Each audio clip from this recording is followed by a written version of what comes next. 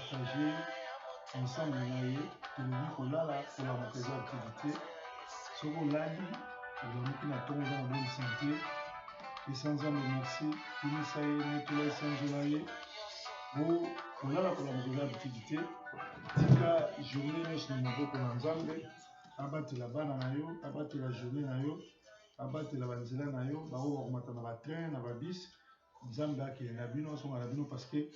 tozali bongo na France Belgique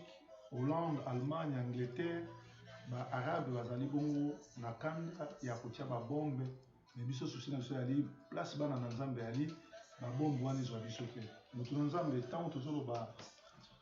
ke kolala kolamuka mpona yo message nini ozozuza place wana parce que toza bongo na petit déjeuner oza invité na ngai. Ok, merci pour la parole. Alors on a koloba ke kolala kolamuka ezali grâce oyo ezaka mpa na nzambe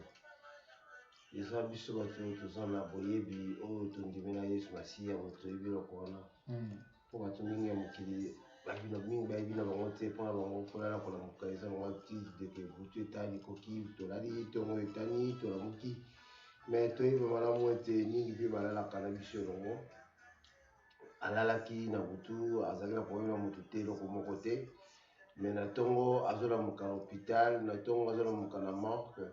na ntongo akoki susu kotelema te biso soki toza kotelema ezaka ngolu na nzambe mpo toleki bato wana nyonso tu te oyo balalaki balamuki te toleki bango nyonso tu te keo na malamu oyo na baprojet oyo na nini te me eza kaka grâce na nzambe oyo aza kobomba moko na moko mpo te alala alamuka. Merci bandeko balandi ya petit déjeuner yango na ntongo na lelo tozokende kokumisa nzambe kopesa ye merci konetola ye kosanzola ye kotika journal lelo na maboko na ye esika nyonso kokende nzambe abatela yo okomata na bis na train na métro na avion to na voiture okokumba yo ozala mokumbi te me nzambe akumba akende no azonga na yo na nzela na poste na nzela na telefone na nzela na baemail na nzela na banete ozwa basango malamu mpe nzambe asalake okutana ta na motu moko te ya dongolo miso to bato oyo bazalaka na esprit ya kodécourage bato. Alors kolala kolamuka eza activité petit déjeuner ezalaka éveil ya ntongo lelo tosala animation na moto na nzambe prophète awa na mokanda na nzambe na AG toyuti tosala second touché eleki malamu merci na bango nyonso bayaki mpe toyebisi bato ke normalement le 12 tu le 24 fallait tozala na apôtre Jean-Pierre Iyoko na choisi le roi eza annulé ekosala masu te moto akelolukanga kuna te parce que bakolo sale baboyi biso totravaille kuna mpo baza na baraison na bango oyo bango bayebi mpe pare moto na nzambe a déménager kuna azoluka esika malamu donc eza mawa mingi komona bato bazosala bacomportement ndenge wana me biso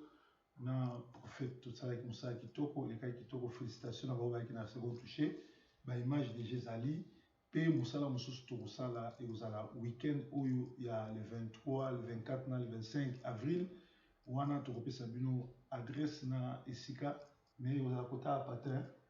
côté partir de la kuna donc tokopesa bino adresse makambo nyonso tout comme ça bokoya et puis chaque deuxième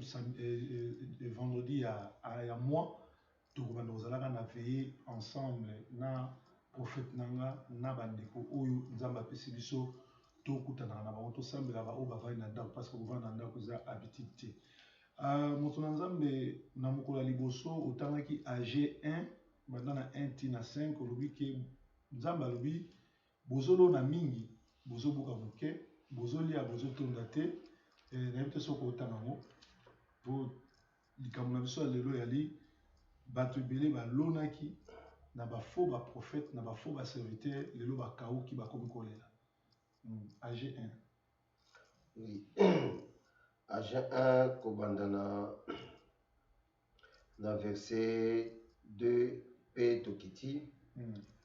natangi na kombo na Yesu. Amen. Ainsi par l'Éternel des armées, mes esquisses. Ce peuple dit, le temps n'est pas venu, le temps de rebâtir la maison de l'Éternel. C'est pourquoi la parole de l'Éternel leur fit adresser par Agé le prophète en ces mots. Et c'est le temps pour vous d'habiter vos demeures lambrisées, quand cette maison est détruite. Ainsi parle maintenant l'Éternel des armées. Considérez attentivement vos voies. Vous semez beaucoup et vous recueillez paix. Vous mangez et vous n'êtes pas rassasiés. Vous buvez et vous n'êtes pas désaltérés. Vous êtes vêtis et vous n'avez pas chaud. Le salaire de celui qui est à gage tombe dans un sac percé.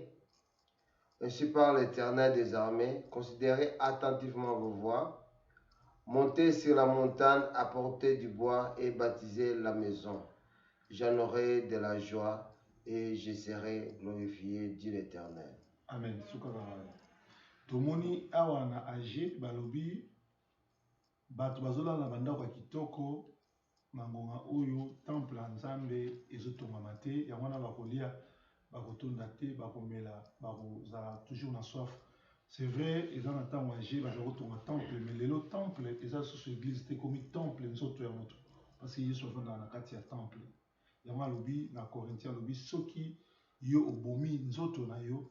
soko détruire nzoto ya Nzambe oyo ezali nzoto na oyo ezali temple ya Nzambe, Nzambe pa o détruire yo. O détruire temple ya Nzambe na ndenge nini? Na ko supportaka bato oyo baza ba faux serviteur, na ko semer esika okoka ko semer te. Yango wana bato ebele oyo bayaki na second touché, ntango toyambi bango tozosolola baya na problème bazolela prophète basemaki me babuki te. Place wana ntango bamama wana balobaki bongo yo nayebi réponse opesaki me bandeko bazolanda biso na éveil maternel ozobisa bango nini baseme trop me babuki te bakauki mpona nini ekozala ndenge wana. Ok, merci. Ndenge messager auti koloba que tokutana na bandeko ebele mpe tokutana na bango mingi baza mingi na kawana ke basemaki mingi na baetonga na basali na Nzambe, mais se retrouve te ndenge Bible ekomaki ke soki oseme okoyeba kozwa. E bandeko wana boza ebele oyo bayaki na oyo boye bayaki te, boza vende ebele oyo bosema ebele à tel point que bozokoka kutu kosan sortir te même na financement. Mama Bible etalisi biso ke moto oyo alonaka il faut abuka na bakrie esengo. Oui, il faut abuka na esengo. Tomonaka ata bato tosalaka bilanga basalaka bilanga nga mpe nazali moko oyo namekaka kosala bilanga na Kinshasa, navandaki na lupango oyo ezalaki na espace liso nango ti mosala nazali kozonga mpe nasali bilanga na nga nasabali mabele nameki kolona. Ezalaka mpasi mingi soki oloni lobi okuti biloko yango ekufi détruire mabele, mpe ezalaka mpasi mingi lobi oloni oyo okuti bagene yango ekauki. Mais soki okoti bagene wana eboti mbuma avome ekopesa na mpe esengo okontinue koarrose. Lelo oyo mingi bosemaki bozosema susu te parce que bozokonga so ya koarrose eza te, po place bosemaki misusu ekauki, misusu ekauka edétruire kutu place yango bosemaki. Mpona koloba ke ndenge tokotanga na verset biblique na livre Agé, Bible le dit dans verset 5, ainsi parle maintenant l'Éternel des armées, considérez attentivement vos voies. Vous semez beaucoup et vous recueillez peu. Pourquoi? Parce que Bible dit déjà qu'il faut qu'on rebâtisse le temple. D'abord, un cause à la Yumokondeko, aux temple dans Nzambe, mais temple on a Nzambe, et ça encore Nzambe à l'Ingelakite, puis Nzambe à l'Ingelakate. Et ndenge nzamba tia temple na ye kati na yo pondima Yesu Masiya, et sali ke temple wana yo moko oza conscience no que temple wana eza penda ndenge nzambe asengi temple ye ezala te. Mama ilanga fe kauka Il a fait kauka bozwi ozalaki nango ekokende kotalaka te moto oyo asalelaka nzambe te azoresir. Eza na de sorte bato na mokili oyo motu mosusu akosalela nzambe te azoresir, motu mosusu yo mpo resir ezalaka nzambe. Alors motu wana oyo azoresir sans nzambe aza motu oyo aza na ye na elanga kokauka mpo na ye nzambe ayebi ke motu wana mpo na ye eza makambo oyo ye moko aluki asalaka. Mais yo mpo na yo oyebi makambo mosusu te, oyebi Yesu Masiya. Fosalela Yesu, fosalela temple mpo elanga na yo ebota mbuma. Et misusu mpe bosemaki besika ya mabe. Nakopesa yo par exemple. Lelo oyo nga aza mosala nzambe. Et que il fallait nakende rendez-vous moko boye na hotel na mwasi mosusu mpo naza na bala. Mais siko fona ke na mwasi mosusu oyo na bala te, mwasi moko alikango. Mais naza na mbongo te. Yo oye oseme pa na nga na esengo opesi nga mbongo. Et mbongo wana na ngana zwata na sata mwasi na ngai te, ngana na sata église na lakse église te. Na zwi mbongo wana na ke nango bisika ya mabe. Donc source ya mbongo wana ekomi maudit. Ekomi maudit po soki mai ezobima bato komi omela mai wana bato komi kokufa bakenda kotia kisi na source. Batia kisi na source po mai wana ebonga. Po soki otika mai na katikati boyebi te soki poison ezouta na source. Donc bokoboma kaka bato po oyo koleka otiaki kisi kotene ekomi bien mais oyo koya nsima ekokufa. Donc yo source opesaki mbongo to soki mosala nzambe. Et le fait que basala nzambe batilisaki bambongo na bino mabe bazotilize mbongo na bino nzela mabe na makambo mabe na kosombaka biloko na bango mpona bakisi na bango bie mpona kobima na basi. Kotonga botel, kotonga baflat, esika bazobomisa bato, esika bazolongola bazemi, esika bacrime ezosalama. Donc yo oparticipe na lisumu. Parce que oparticipe na lisumu parce que ya kokaki kosala yango te, mais yo opesi mbongo yaki osala yango. Donc na yo moto opesaki mbongo, na ye bozozwa lisumu ndenge moko. Donc yo sikoyo eza oloni, place oloni, bonga kuta oloni na yo bambuma wana ekauki na taso na moi mabele eza nano bien okobala mabele oloni mosusu. Mais ntango komi oloni place yango mabele bebi donc bakolona so wana te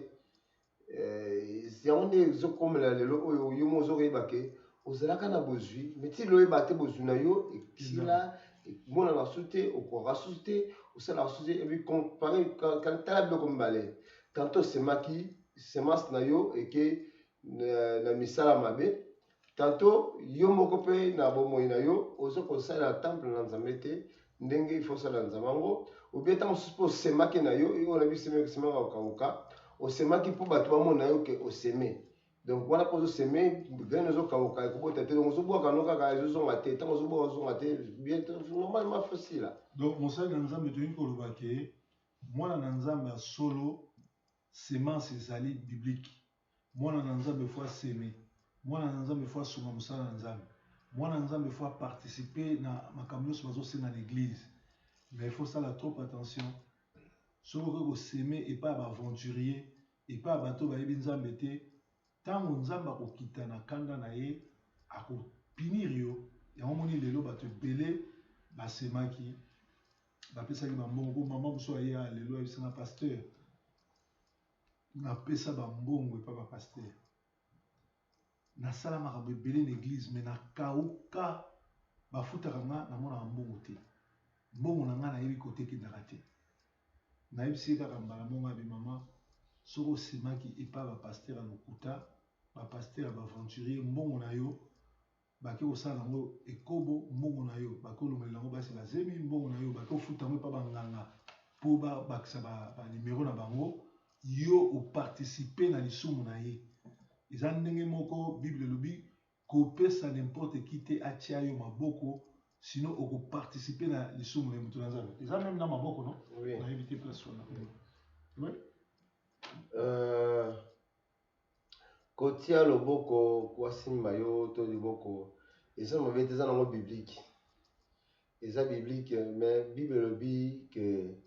atini biso asala nzambe kotia maboko te avec précipitation. Et puis nakopesa ondakisa na ngai mpona yebi mosusu te ngai soki oyo bayebi ngai soki mpona tia motu loboko na motu ezalaka mpena avec révélation natiaka mbangu te ngai nazalaka habitude ya kosimba motu na maboko nasimbi na maboko soki ne saint esprit tini ngai convaincre nga natia yo loboko na motu nakotia donc misusu batiaki bino loboko mpona précipitation ezalaki révélation te ou bien asimbaki eloko ye ayebi atie loboko nakopekisa te batie loboko mais mama sambela ndeko sambela mpo oyeba nani yango oyo akotia yo loboko donc se laisser faire pamba pour rien te que batianga loboko mosala non faut se rappeler yo mpe na révélation que non oza convaincu que moto atianga loboko aza mpenda ya nzambe. Et puis tant yo ozozwa mbongo no opesi epai ya un serviteur ya lokuta to un serviteur satanique ba serviteur satanique wana mosala makasi basala eza kobima na basi bata mabala. Alors lere bazobima na bango bongo na bano baya na église eza mpona kotia basemence ya kobloke vi na bango kobebisa bomoi na bango. Donc yo lere ozoseme na ministère ya ndenge wana na mosala na nzambe aventure ya ndenge wana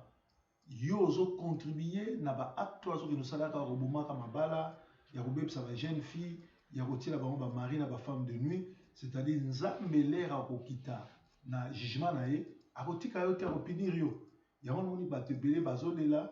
bato ebele bakauki bato ebele bazalaka na église kopesa mais olio obuka obuki eloko te parce que bible elobi baoyo nyonso tu bazopesa il faut babuka na bacri d'allégresse soki ozopesa epai nzambe il faut buka na bacri d'allégresse ozopesa na kolela mozobuka na koseka mais soki ekomi ke banda yo lona okauka makambo etambolaka su te okota na badegu eza mawa mingi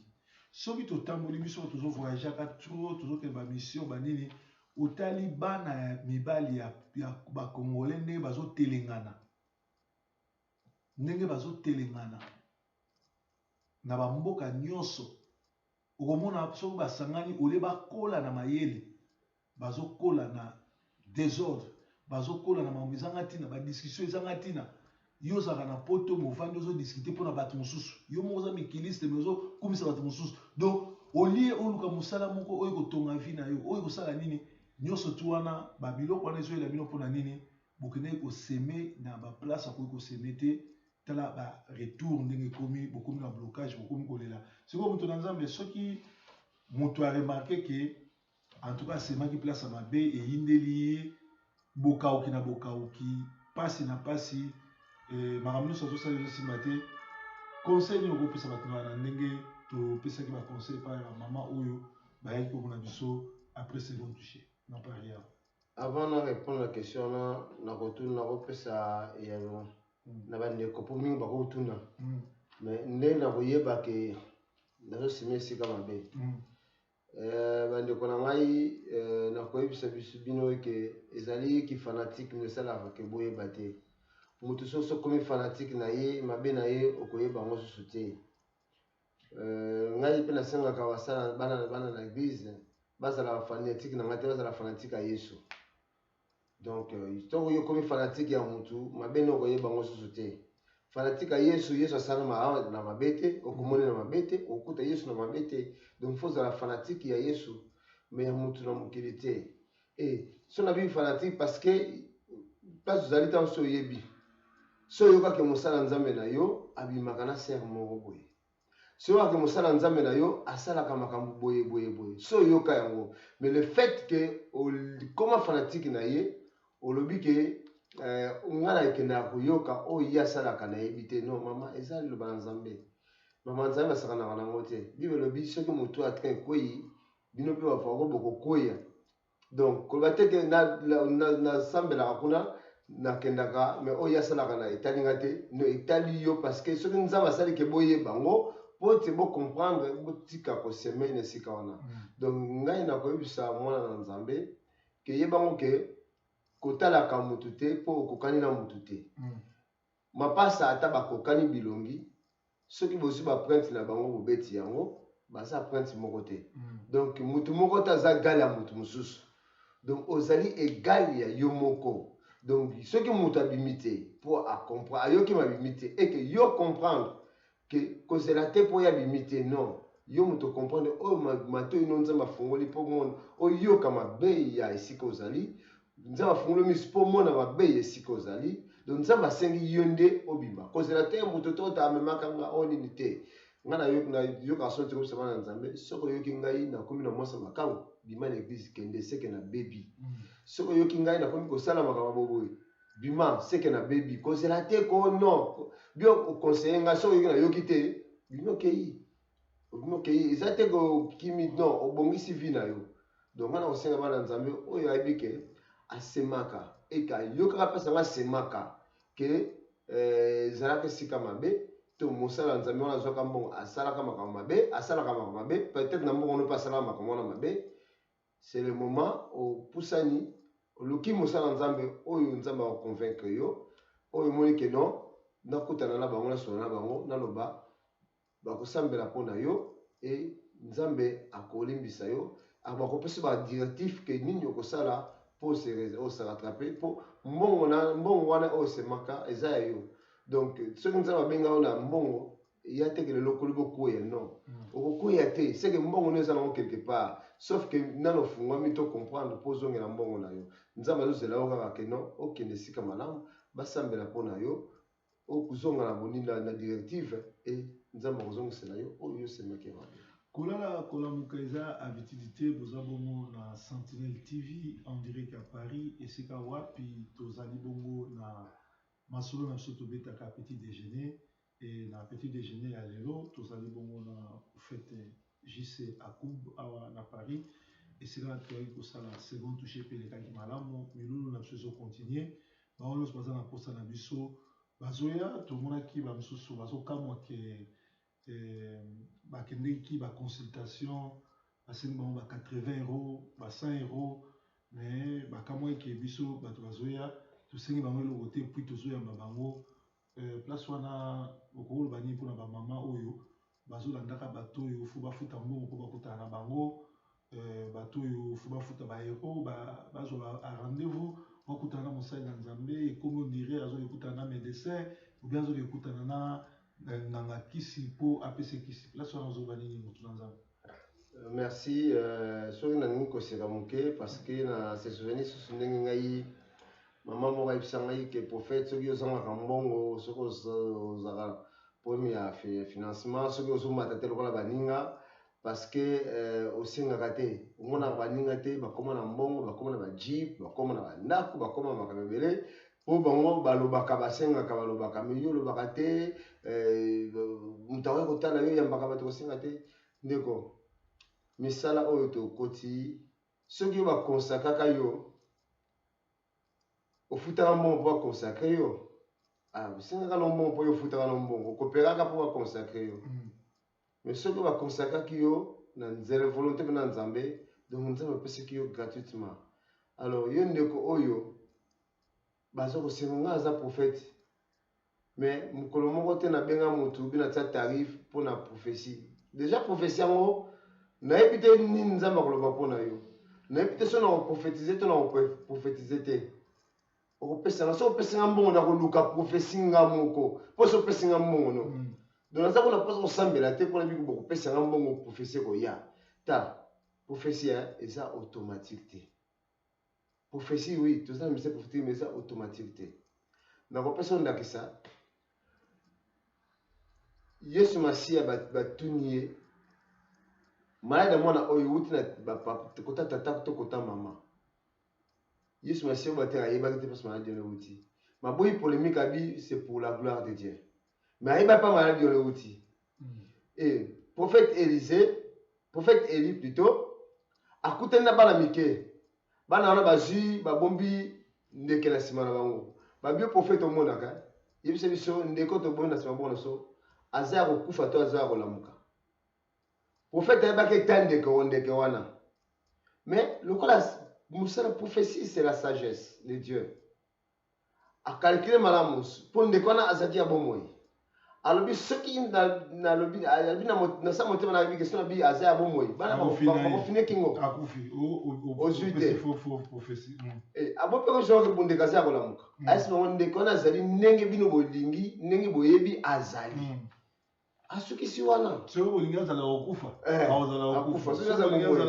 akozala bomoi donc eyaka eteke soki okoti kaka baautomatiquement prophétie non prophétie eutaka mpa na nzambe efanda na motu na nga te nzambe moto akotalisanga tala mpona motu otalika motu oyo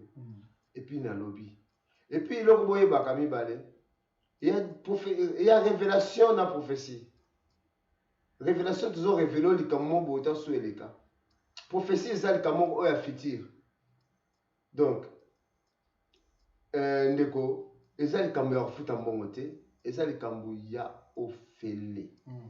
prière moko ya mbongo prophétie moko ya mbongo o nini te ya ofele soki ndeko wana akomi kofutisa mbongo mpona prière ou bien mpona